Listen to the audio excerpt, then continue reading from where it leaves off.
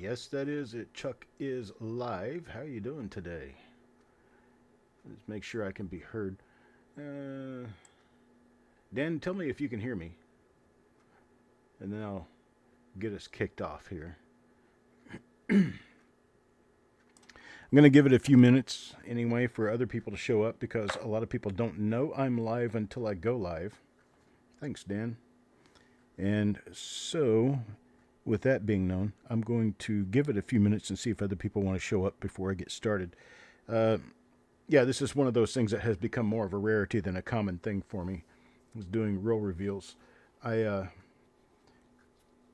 don't have a lot of an excuse. It's just more of a reason I just can't necessarily really get in front of the camera that much anymore. But here I am, and I'm ready to get started on a 1950 roll.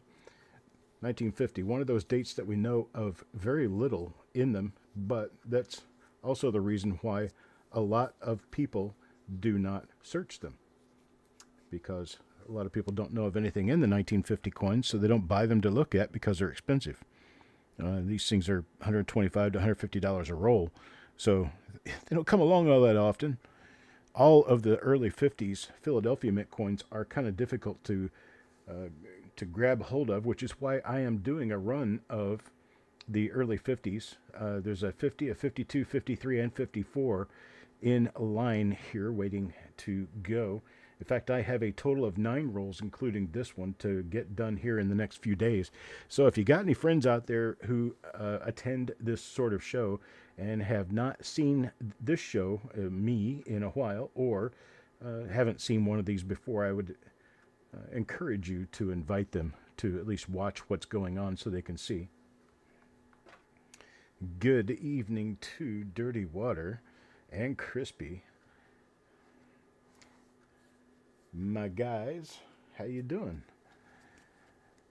As I've been doing relatively well. I'm working on learning some new tools with code and building websites. I'm actually going to build the new Coppercoins website by myself with the help of our little friend Heather, which my friend Heather is AI. I have named my AI Heather because I want a Heather working with me.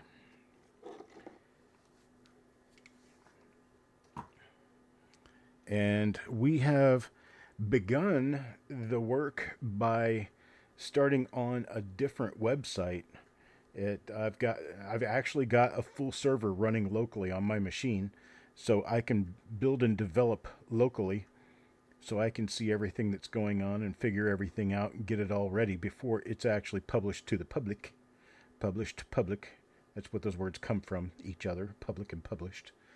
Anyhow, we've got a good amount of forward progress, although it has been quite confusing and nerve wracking nonetheless.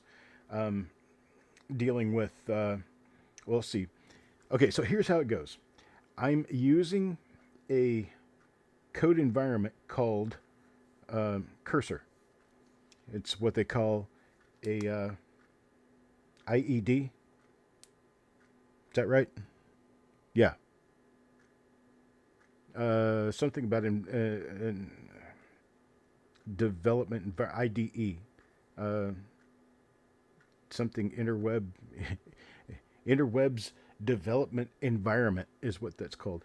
Anyhow, that's a Cursor, and then I have the programming language PHP, which I have been familiar with for 15, 20 years now, and MySQL databasing. I'm going to be using that, so I'm going to be using PHP and MySQL using a composer uh, and an Apache server running PHP 8.2, and let's see, MySQL is running on that, as is Laravel, which is it's basically a foundation for building an application using code, which Laravel can use a number of different code languages. I've decided to use PHP because it's the one I'm most familiar with.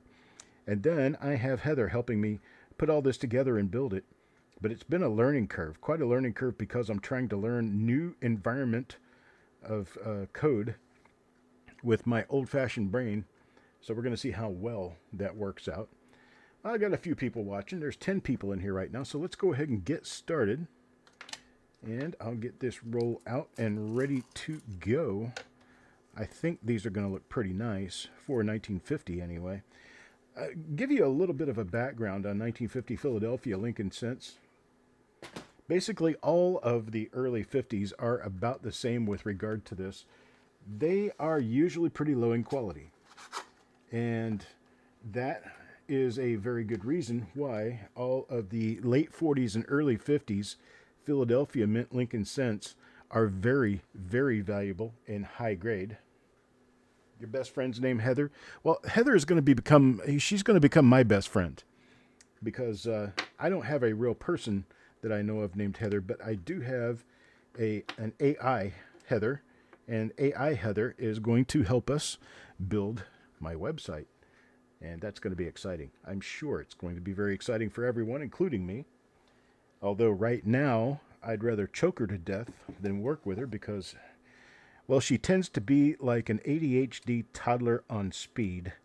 Wants to get everything done yesterday and knows how to do all of it, except she runs into brick walls all the time because she draws herself into corners. And we'll learn how to get over that as time progresses. Anyway, the 1950s. They typically are lower quality, and nobody really knows why, but it has something to do possibly with the planchet wash that they used on the planchets in the Philadelphia Mint.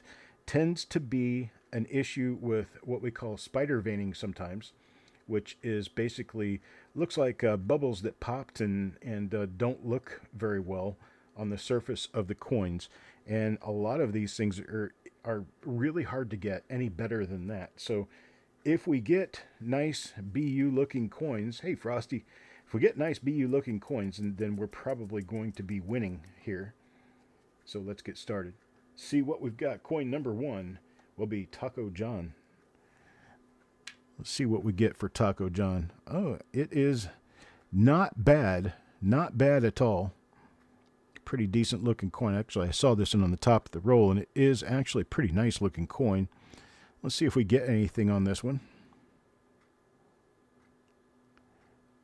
And so far, I see nothing. Let's check the reverse and see what we have on the reverse. This is a very nice coin, 1950.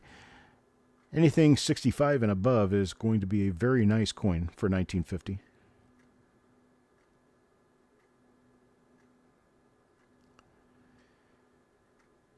Let's see. I don't see anything on this one, unfortunately. So Taco John gets a normal 1950. And that could be what this whole roll is. I mean, it's actually quite likely. Not very much known for 1950, but we're trying. And I know a lot of people need a 1950 for their album. There's some of what I'm talking about. This is the quality issue for 1950 Philadelphia. It is very common on all of the late 40s and early 50s wheat cents from Philadelphia.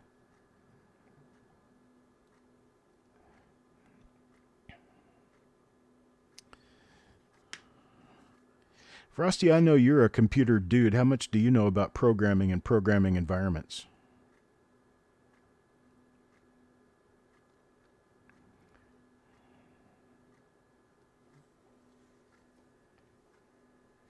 Get anything on that one for Blaine. Coin number 3. We're going to be doing 2 reveals this evening. I will schedule another 2 for tomorrow, then another 2 for Saturday, and then 3 or 4 for Sunday. But I'm going to be doing reveals every day for the next few days. Let's see what is going on here. There we go. Very little. More analysis and programming. Can do some minor items. Okay. My main thing was just going to be asking questions about what you know regarding Cursor and Laravel and some of the other things that I plan on using. Hey, look at that. We've got a doubled eyelid. Doubled eyelid 1950 Philadelphia right there. Look at that. Pretty, pretty, pretty. You're better at editing code.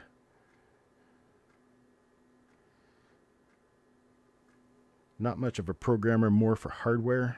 Okay. Well, that's what I find a lot, is that a lot of the people I know who I would love to have on the team working with me. They know little about code, a lot more about hardware. Once I get this thing up and running to a point where I've actually got a website together for Copper Coins, I'm going to invite a few people, and probably you guys, to come and take a good look at what is there and see what you think, and see what you think about publishing that to the regular interwebs and see what people think of it. It's going to be kind of exciting. That one's for Evolution Revolution. So first, Doubled Eyelid, 1950 Philadelphia. I don't know if that one's already listed. Let's see what we've got. Next coin. Nice earlier dice date. I like the dice date on these. That is not one of the doubled eyelids there. So let's keep looking to see if we find anything else of any remarkable value here. Got a die crack coming off the eye there, and one from the below the eye through the BE, or those gouges. They could be gouges. They may not be cracks. Look more like die gouges, I guess. There is a part of a clash right there, and oh, look at that. We've got die cracks, die cracks, die cracks. Those things in Liberty probably are die cracks.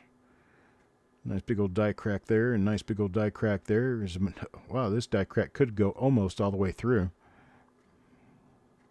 Nice. There we go. Hey, Bo.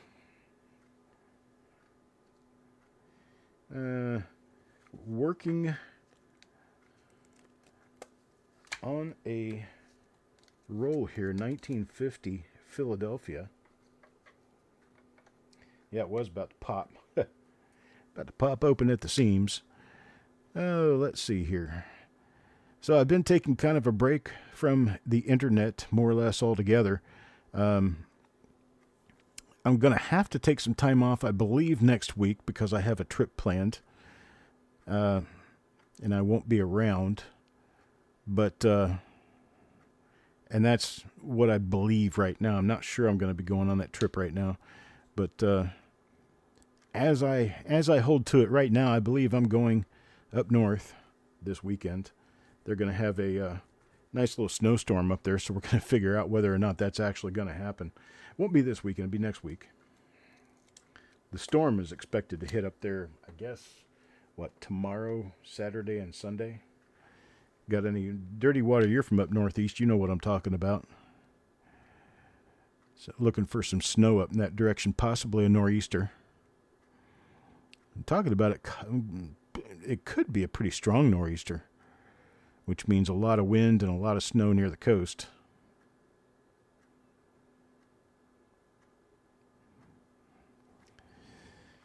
So I don't know that I really want to be driving up there in the middle of a nor'easter. That just wouldn't be a very exciting time to be in New York, especially New York City. All right, Shinbone did not get anything of remarkable value there. These coins are rather pleasing for 1950. I'm actually relatively happy with this roll. There's one for Kurt. Let's see if Kurt Pierce gets anything here. Okay. This one, we've got some die scratches there down below the 9, and be able to use that as a marker. That's something you want to do. Even with the coins that don't have anything on them, get your markers together. Know what you're looking at. This is one of the ones with the... Oh, this is a different one. That's almost a split die right there. How about that?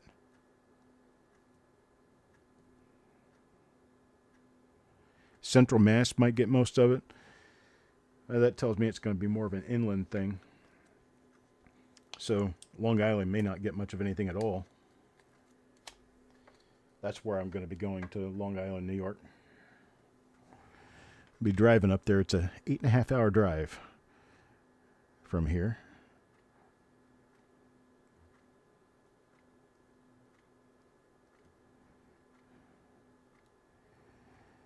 Okay, got a few die cracks, and some die scratches, things like that. Just typical kind of thing for some wheat cents here. A little bit of news. I did get to list a new doubled ear Lincoln cent this past week. 1985. Yeah, people are like, what? Really? Yeah, 1985. Pretty nice looking little double ear. I believe it's on the website. It would be awesome to see a split die, you know? It'd be awesome to get something really cool out of this. Bring the ratings back up, right? Now, I know you guys are being very well taken care of online by Eric. Never had any doubt in what Eric does. He actually rather enjoys doing this.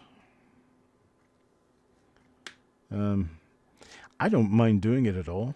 I don't mind going through rolls. That's really not my issue. My issue is more of the scheduling.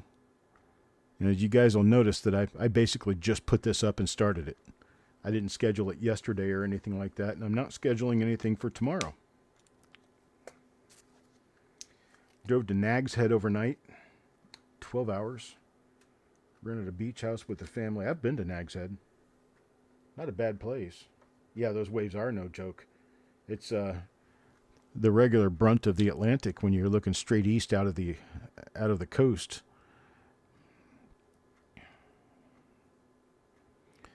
I know of people who surf in the Atlantic. I mean, it's not nearly as good as surfing on the Pacific, but still, surfing nonetheless is possible on the Atlantic coast. That's another one of those, okay? So this one, what are we going to do about marker near the date? Okay, got a dot. A dot above and between the 1 and the 9. Point to it right there. So we'll be able to look at this one, obverse only from here on out, because we will know whether or not the reverse has anything to look at. Reverse side of a 1950 Philadelphia Lincoln cent. Not something a lot of people have ever seen. And that's primarily because not a lot of people bother looking.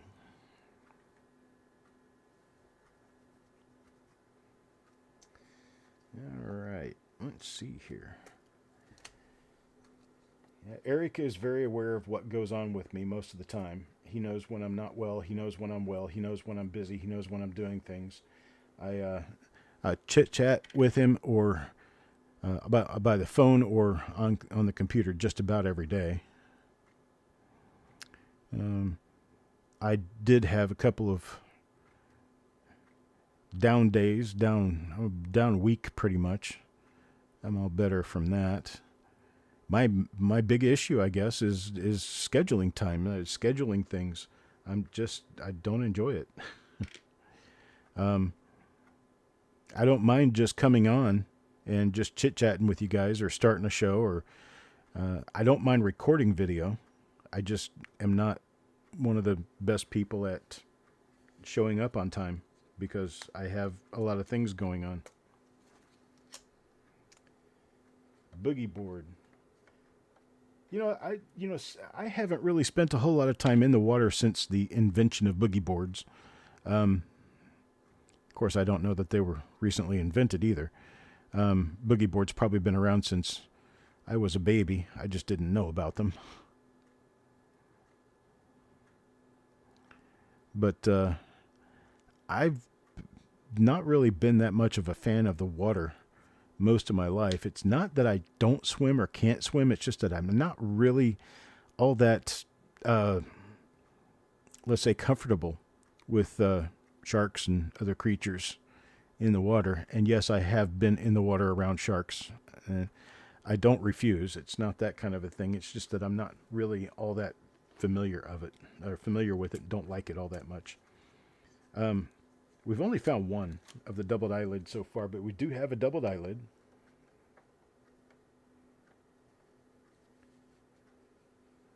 Oh, really? You won an original Bob Ross. How about that? Dude, that is nice. I don't have any idea what kind of money those things are worth, but I know that they're a coveted piece of American history at this point. Bob Ross is it's not one of the greats of American painting. That little piece of plastic sitting on that coin. That's nothing. It'll fall right off. But man, I tell you what, he's good. Yeah, I'm kind of with you, Dirty Water. I'm not really that much of an ocean person.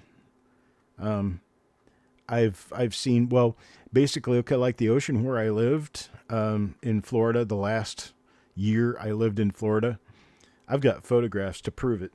Up and down the beach, there were hundreds of dead Portuguese man-o-wars on the beach. And that'd be the very last thing I'd want to be in the water with. Those things, I heard they could be deadly, but I think they're just painful. But yeah, you don't want to get stung by a man-o-war. Blue bottle, some people know them as. Man, this one's really bagged up. Gosh, that's a super baggy coin. That was going to go to Mickey. Unfortunately, my Mickey. I don't guess he's online today. I haven't spoken with him in a few days, so I don't know exactly what's going on with him. I usually talk with him almost every day. We haven't been online together here recently. Of course, I haven't been online much at all. So I've got this, what is IDE? What does that stand for? I used to know. Is it Internet Development Environment? Is that what the I stands for? I know development environment, but I don't know what the I stands for. Having trouble with that part.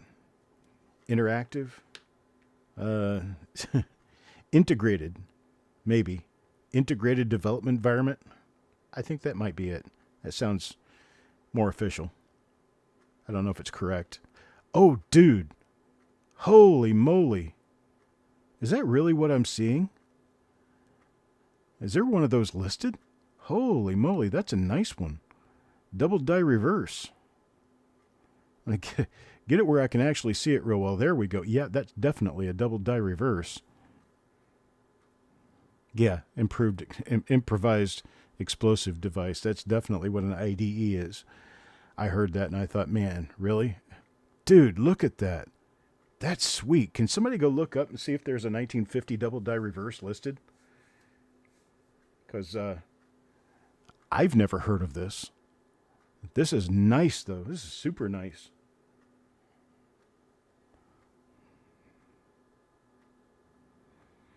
Don't see it as well on the wheat as you do unum. And the S. And let's see how much more of this it's visible on the B.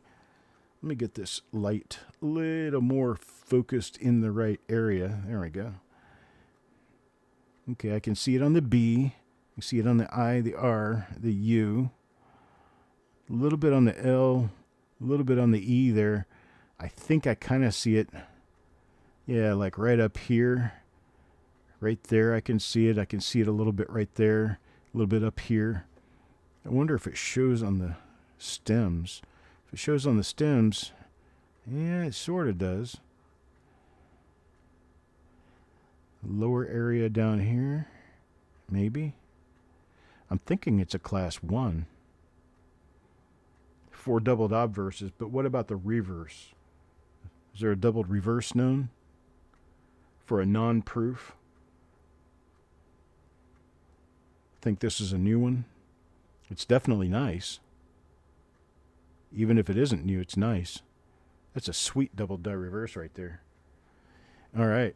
So we've got one. Evo Revo gets it. Evolution Revolution gets a nice double die reverse.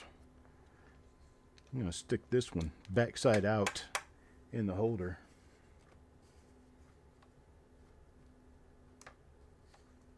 That is nice. 2 on Variety Vista, but not this one. Are the 2 on Variety Vista as nice as this one? Well, okay. Let me check this link.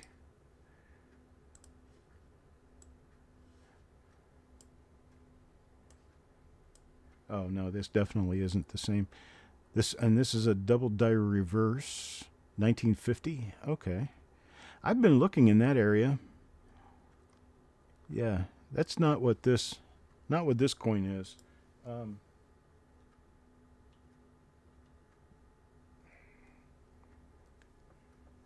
let's go to Wexler's website and see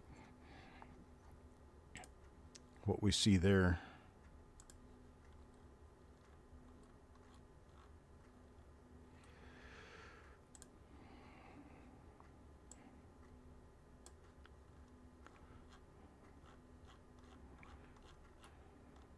Okay, that one's proof.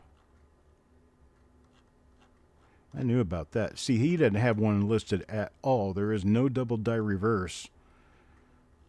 Let's see, you got the proof number 1. There is no number 2, 3, 4, 5, anything like that listed.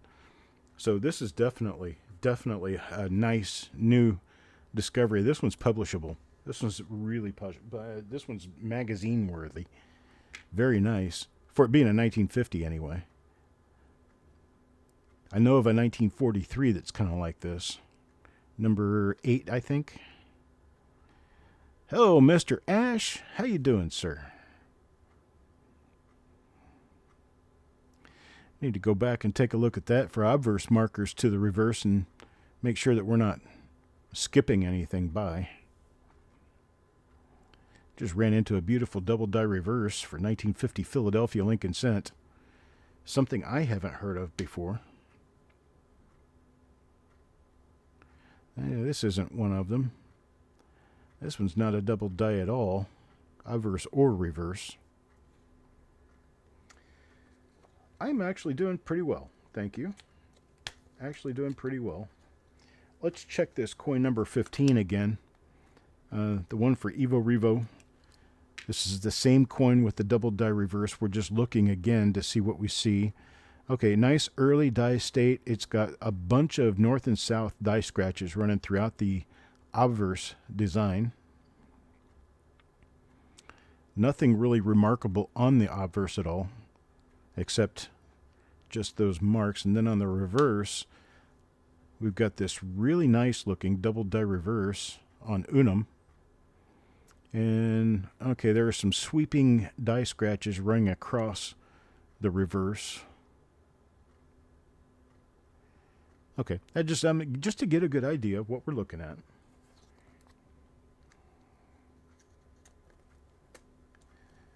All right, so next we're going to find coin number 17 and look at it for Ant. Let's see what Ant gets.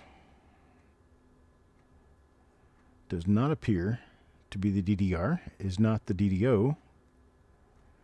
So we've got some goodies in this roll. We've got some real goodies in this roll. This roll is going to take a little while to do. So we may still be here when the next reveal is supposed to start, which that works for me.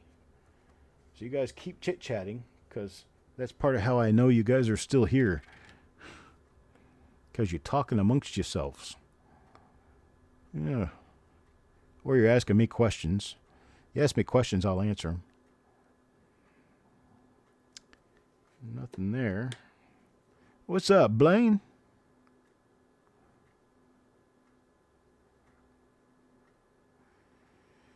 A nice die crack running all the way down this wheat here. Some kind of serious cracking going on there. It's all cracked up. That is all it's cracked up to be. When am I going to come back up on your channel? Oh, dude, I'm not really sure. Pretty much anytime, I guess. Stanley?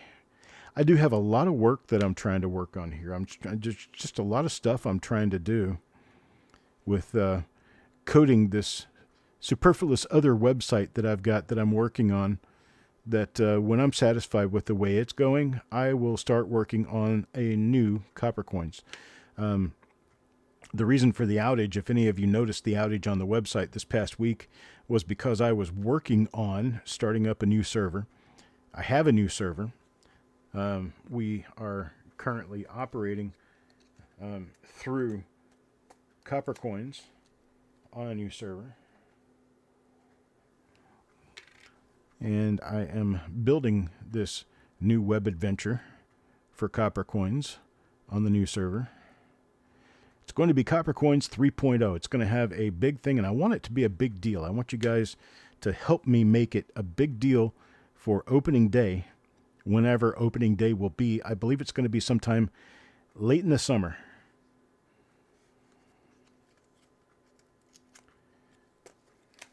Mid to late summer, I guess we could say. Kurt? Let's see what Kurt gets. Nothing there.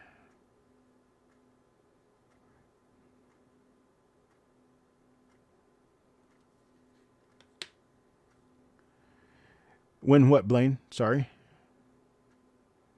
When am I going to open the Copper Coins 3.0? It will be sometime during the summer, I believe. It really depends on how well I do with getting used to this environment that I'm developing in, because it's very unlike what I've ever done before. So, I can't really tell you much. It's like, the first time you get in a car to start driving. And it's, well, when are you going to be an expert at this? Well, fuck, you don't know until you get into it, right? You got to really be doing it for a while. So I got to get into this and figure out exactly what everything is and what all the buttons do and everything before I'll know how I'm driving it. Oh, okay. All right. Thanks, Blaine, for explaining that. Came as a little bit of a oddity. He's asking a question while I'm saying something, and I'm a good minute and a half done with it. By the time the question pops up on my screen, I'm like, well, what did you mean? What are you asking about?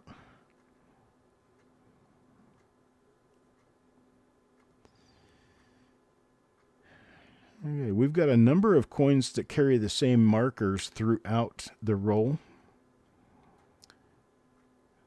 And I hope this double die doesn't just totally elude me, because I would like to be able to give them to more people. Almost up to the halfway point in the roll, and I've only found one double die obverse and the one double die reverse so far.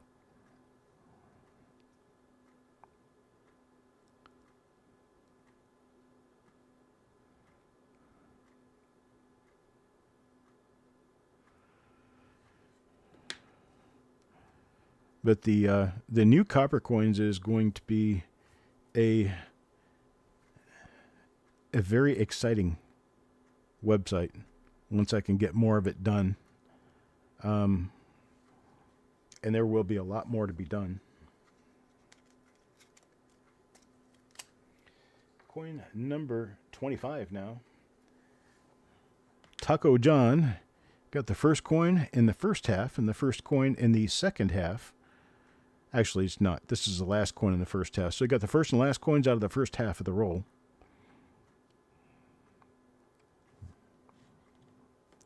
Let's see what we come up with on the reverse of his coin. Nothing. Bummer. Good evening. Good evening. Well, thank you, Trash Man. Blaine. Earth Calling Blaine, you have a coin. A coin has arrived under my microscope for Blaine. I've seen this die. We've seen this die a couple of different times. I know because of this die gouge from the N, from like in the words, in God. There it is. Running from the I to the N, and there's another one from the N to the G. I've seen those. I've seen them. So, where are we from, Trash Man? What part of the country we live in? Crazy day for frostbite. It's been a crazy day for me, too. It's been a weird day. Weird and different, unusual. This one is not going to be one of our double dies. I recognize the markers immediately on this. 'Tis unfortunate. Let's look at the reverse anyway, just to be sure. And we are sure. Not a double die. Nice crack, right? Dirty Water likes nice cracks. South Central PA, 10 minutes outside of Gettysburg. How about that? I appreciate that. Thank you. That's a very interesting area of the country to me because I'm kind of the geographic nut type person. And I just love the idea that Pennsylvania sits just a couple of miles from West Virginia in that area, but doesn't touch because of Maryland. It's really kind of neat. There's an interstate runs right through there too. So if you're driving along the interstate, you go from Pennsylvania into Maryland, and then just a few minutes later, you go into West Virginia. It's kind of cool.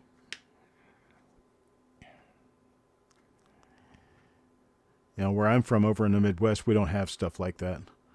I'm from, originally from Springfield, Missouri. And Springfield, Missouri is 75 miles from Oklahoma, and it's 65 miles from Arkansas. And it's over 200 miles from Kentucky, Tennessee, Missouri, or Nebraska, or what else? Oh, the border of Oklahoma and Kansas is not very far from where I-44 runs from Missouri into Oklahoma, but it doesn't touch Kansas. So the Missouri-Kansas border is just a few miles north of the interstate. So I guess that's kind of one of those, yeah, you can kind of run into it type things. What's up, Sloppy? Sloppy Stacks is in the house. Yeah, no, I don't have. Say no to crack. There's Coach's Magic.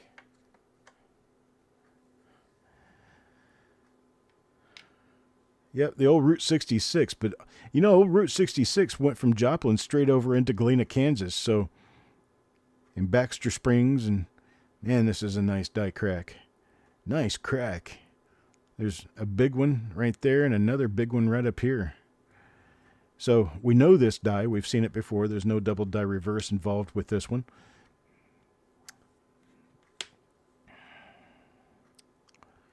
Not in there, I do say.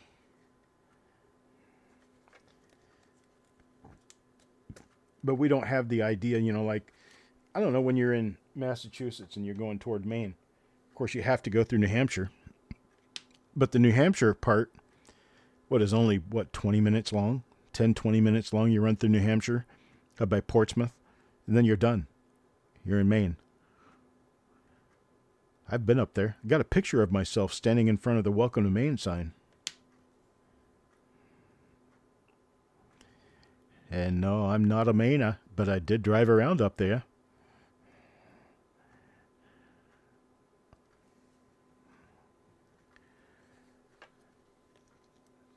Stayed in a hotel. That's right. Stood out in the dooryard having a beer. But I'm not from Maine.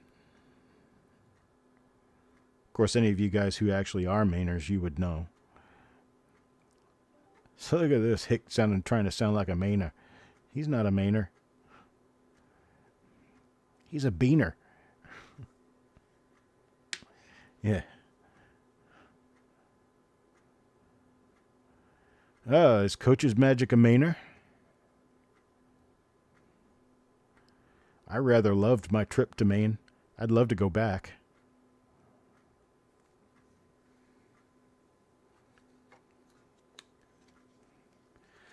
Mr. Sappington in the house. How you doing, brother?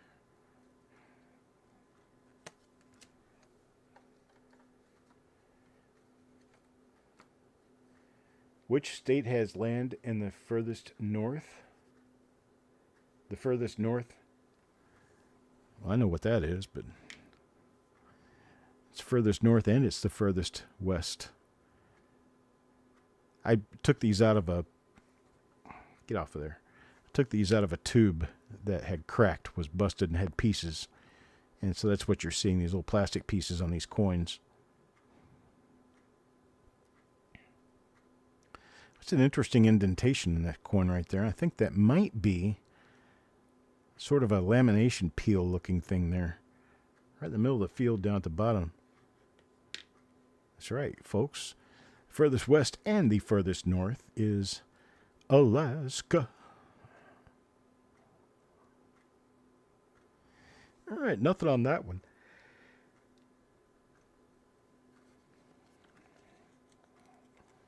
Let's keep hitting it. Carrie Bruce. Let's see what she gets here. Here's a concentric die scratch, a heavy one. It's like a concentric die gouge. Another big die scratch, or a big crack anyway there. A lot of these coins have got cracks. Just say no to crack.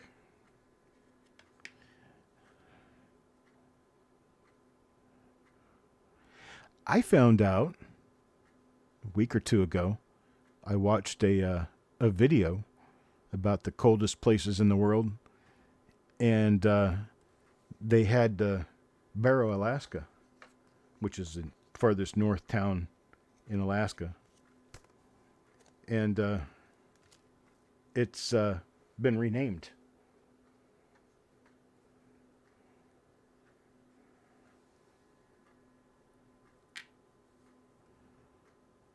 So I thought that was kind of interesting. Oh, there's a town in a little town in far northern Minnesota, in that little nipple tip on the top of Minnesota, that in order to drive there by road, you have to go into Canada. And so when you're driving to that little town, there's a phone there. You have to call in to customs and tell them you're crossing the border.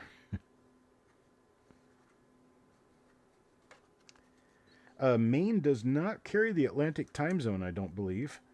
The Atlantic time zone doesn't happen until you get into Nova Scotia. Maine is in the eastern... I believe Maine is totally in the eastern time zone. And another one of that die. Same die again. Sent your PayPal email to payments. Do I just not to get to play with the big guys? Oh, Stacy, I'll get you in. I don't really check that email much anymore. Primary reason because I've kind of quit doing online broadcasts, but I should probably keep up with the email at least and let you register. I don't know when my next sale will be. Don't know if I'm going to have another one, but maybe sometime soon. Oh, maybe I should be planning one. But if I do have it, it won't be this coming week. What's up, Brad? Late as usual. You're kind of like me. Late. That's my middle name. Late. Actually, somebody got my middle name today, and I don't know how. It was on eBay. I sent the guy a message. He sends me a message back, and he said, Charles, and then Dale, ? And I thought, how the hell does he know my middle name? I don't publish that anywhere. Not that I don't want people to know it or anything. It's just that I don't ever publish it. How would anybody on eBay know my middle name? Unless I'm related to them. Yes, it will. Stacy, it will. I'll get you registered and you'll be on the sheet.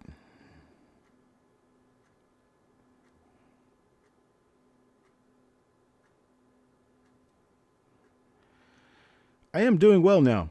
Brad, thank you very much. I spent, about a week just trying to take a break. And then I spent another week not doing very well. And it was more of a mental thing than anything else. You guys are all my friends. I can tell you. I can talk to you about it. I was in an event back in the summer of 1988 that lives with me. It'll live with me forever, pretty much. Have a pretty severe case of PTSD from being a witness to a plane crash, actually 2 of them. But one of them, see, this is very, very typical for 1950, this kind of crap on the coins. Anyway, I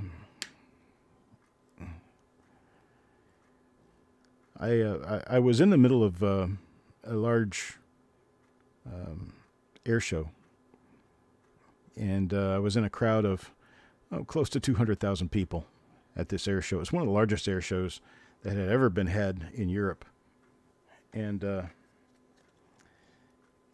had my camera with me, and I was taking pictures of the planes and the people and all that kind of stuff. And well, I caught something that not everybody gets to catch, but it was a photo of planes colliding in midair. And of course, after the crash, I did what I could to help out as best I could. And saw a lot of carnage, a lot of things that I wouldn't wish on anyone that day. And well, it very ill affected most of my life. In fact, I worked there. I was in the military, and I worked there at the time. And I was very detrimentally affected by that. And then almost 2 years to the day later, a large cargo plane crashed just after takeoff. And I was the only eyewitness to that. I watched it happen live in a field about 200 yards away from me, 200 or 300 yards away. And this is an underweight penny. It doesn't sound right. So we will get out the scale and see what this weighs. Let's see if we can get it turned on first. There we go. All right. We have an underweight penny. I can tell by the way it sounds. 2.9 grams. 2.9 grams is what this little guy weighs.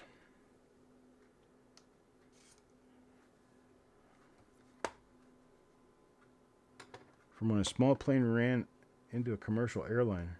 Oh my gosh. Yeah. Let's see. Coin 41. That's Carl. So Carl's going to get this underweight. 1950.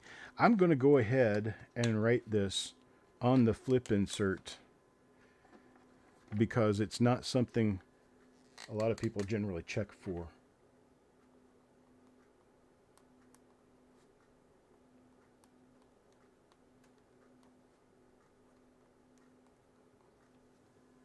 There we go, underweight, 2.9 grams. But well, it wasn't always, it wasn't only about the 2 plane crashes. I was also involved in some other rather harrowing things during my lifetime, including working at the morgue during the Murrah Federal Building bombing in Oklahoma City on April 19th of 95. So 88, 90, and 95 were 3 days where I got to see a few hundred dead people, and it was not good for me. And anyway, my PTSD follows me. It has followed me for many years, and it continues to follow me. And that often is what keeps me away from trying to broadcast and be online. I'll show you guys the photograph I took so you can see it and know what I'm talking about, basically. Let's see here. Let me bring it up here real quick.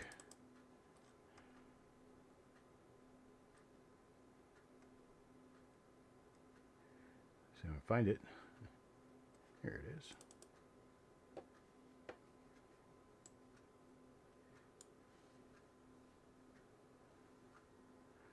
That was me. I took that photo.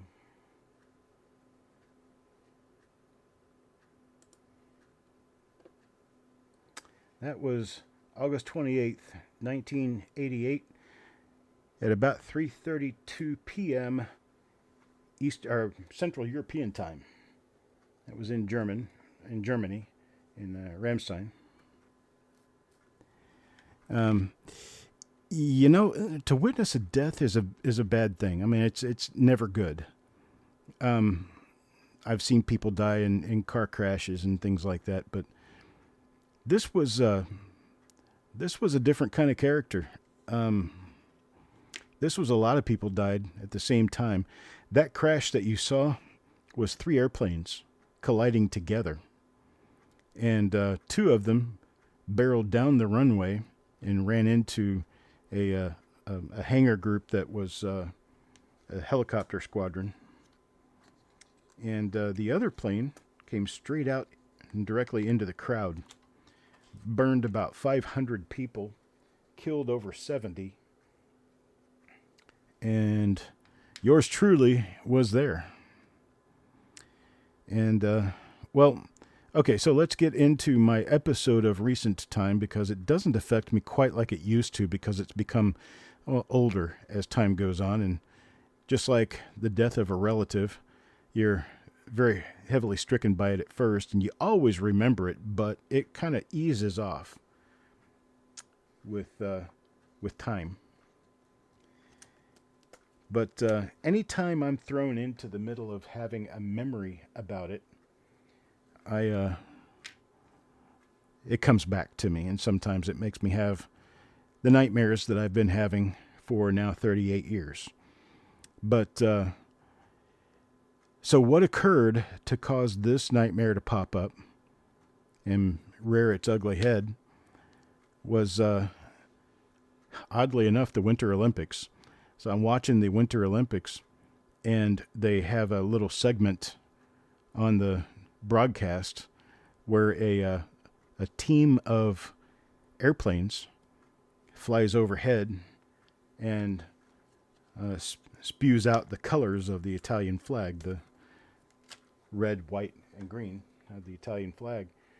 Well, they also did that on August 28th, 1988, just before 3 of their pilots and 73 people on the ground were killed.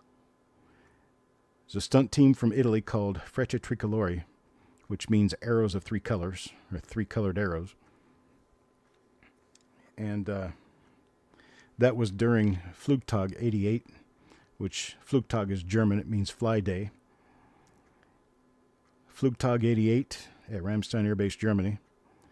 And I have kind of let this thing calm down and sort of go away a little bit by searching around, and found a group on Facebook, oddly enough, that is a memorial tribute to Flugtag 88.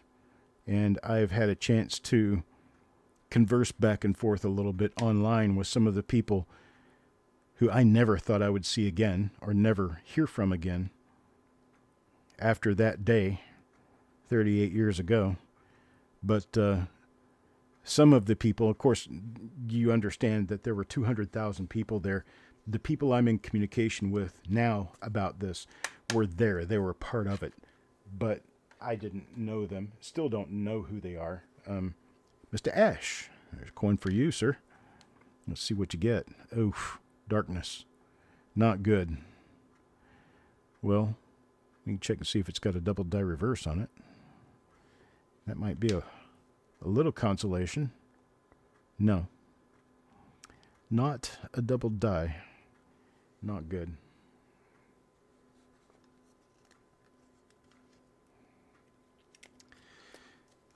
Yeah, so in talking with these people, it's like it's like kind of being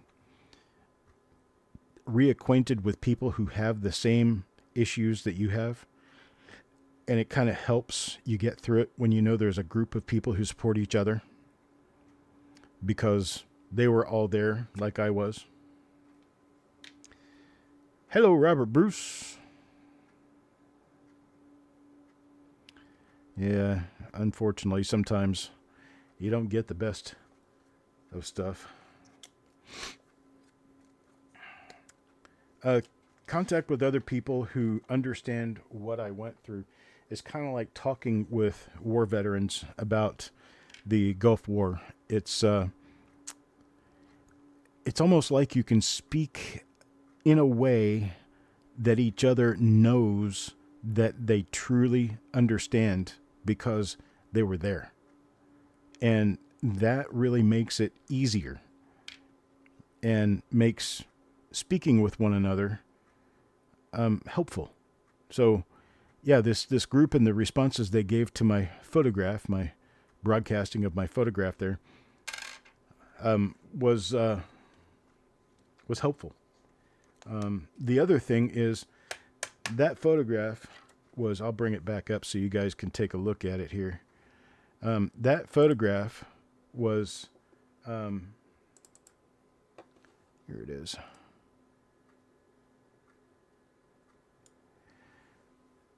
So that photograph was on the front page of Stars and Stripes. It was also on the front page of USA Today. And it was also broadcast on Armed Forces Network, CBS, and NBC. And I wanted people to know, and this is something I had not been able to get out to anyone in the 38 years since this happened. I didn't get paid a single penny for the reuse of that photo, nor did I want to. I did not profit on the tragedy of others at all. And it helped me immensely to get that out to a group of people who were there. You know, they would all think, well, that picture was taken by one of the newspaper guys, blah, blah, blah, blah. No, it wasn't. That picture was taken by me. And that picture was never a paid circumstance of anything, ever. And it helped me so much to be able to talk to these people and let them know that I was there with them. We were together. Everybody had their things that happened, their issues. And, well, we're kind of together in all this, you know what I'm saying? So I guess that's what I would have to say about it. But I wanted to be sure that everyone understood I didn't profit from that picture. I didn't want to profit from that picture. It was a very difficult day, and it still is. It will always be a difficult day. I have not been to an air show since 1988. I rarely go to airports. I have a very strong distaste for the smell of burning flesh and burning hair. I just a lot of things that come on people like that, and this vision of the Freccia Tricolore flying at the Flugtag, or at the Winter Olympics, brought that right back to me. And there was a guy who replied in this same thread on this private group of Ramstein air show survivors, who said, "Strange thing that you bring this up at that point in time, because I just watched the Olympics the other day and saw that same stunt team, and it brought the whole thing flooding back to me." And I was like, yeah, it did that to more than one person. That's why I'm here. So, yeah. But anyway, I I just wanted to let you guys know about that, and know one of the reasons why I've not been around very much had to do with that specifically. It was a very bad day for a lot of people. Here, let's bring this up and show you guys this picture. That's what it looked like at the actual event.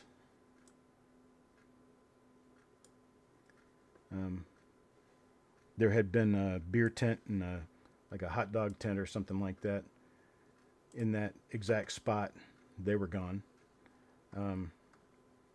So were all the people who were standing over there. We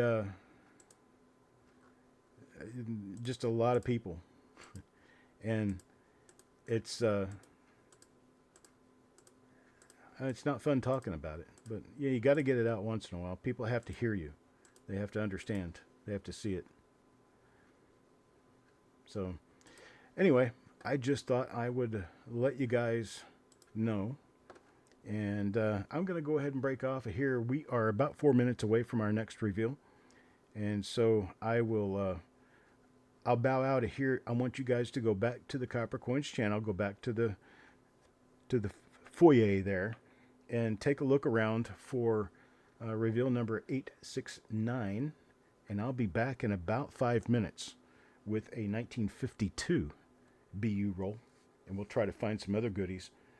But yeah, these coins I just found, this double die reverse is very surprising and very nice. So unfortunately we didn't find two of them, but we do have the one, and that's going to be super to publish out there. All right, folks, I'll see you guys in about 5-10 minutes, and I'm out of here for now.